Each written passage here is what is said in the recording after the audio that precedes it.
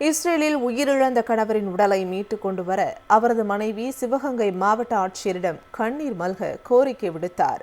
சிவகங்கை மாவட்டம் அல்லூர் பனங்காடியைச் சேர்ந்தவர் சிவனேசன். இவர் தனது குடும்ப சூழ்நிலை காரணமாக இஸ்ரேலில் பணியாற்றி வந்தார். அங்கு கடந்த ஒரு வார காலமாக உடல்நிலை பாதிக்கப்பட்டு இருந்ததாக கூறப்படுகிறது. இந்த நிலையில் அவர் பணியாற்றிய நிறுவனம் அவருக்கு சிகிச்சை அளிக்க நடவடிக்கை எடுக்காத நிலையில் சிவனேசன் உயிரிழந்ததாக கூறப்படுகிறது.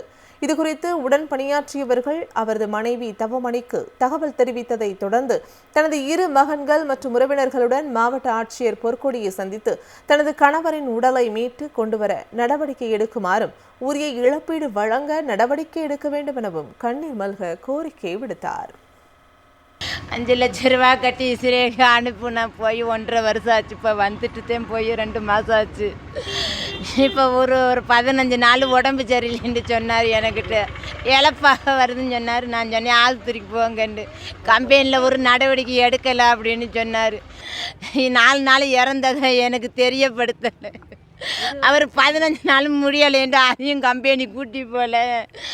நான் வாங்கினா கடையலாம் அப்படி இந்த பிள்ளைகளை வச்சுட்டு என் பிள்ளைகளுக்கு உதவி செய்யணும். நல்லபடியாக என்னையோட புரிஞ்சு பாடிய நல்லபடியாக கொண்டாந்து என் மகன் முகத்தை காமிக்கணும். இஸ்ரேலில் உயிரிழந்த கணவரின் உடலை மீட்டுக் கொண்டு வர அவரது மனைவி சிவகங்கை மாவட்ட ஆட்சியரிடம் கண்ணீர் மல்க கோரிக்கை விடுத்தார். சிவகங்கை மாவட்டம் அல்லூர் பனங்காடியைச் சேர்ந்தவர் சிவனேசன். இவர் தனது குடும்ப சூழ்நிலை காரணமாக இஸ்ரேலில் பணியாற்றி வந்தார். அங்கு கடந்த ஒரு வார காலமாக உடல்நிலை பாதிக்கப்பட்டு இருந்ததாக கூறப்படுகிறது.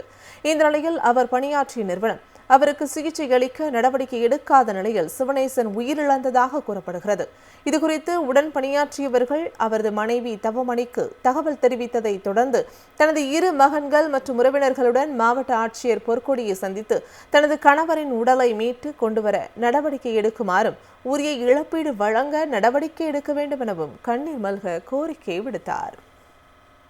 5 லட்ச ரூபா கட்டி இஸ்ரேலுக்கு அனுப்புனா போய் 1.5 வருஷம் ஆச்சு. இப்போ வந்துட்டுதான் போய் 2 மாதம் ஆச்சு. இப்போ ஒரு 15 நாள் உடம்பு சரியில்லைன்னு சொன்னார். எனக்கிட்ட இழப்பாக வருதுன்னு சொன்னார். நான் சொன்னேன் ஆஸ்பத்திரிக்கு போங்கன்னு. கம்பெனியில் ஒரு நடவடிக்கை எடுக்கலை அப்படின்னு சொன்னார். 4 நாள் இறந்ததை எனக்கு தெரியப்படுத்தலை.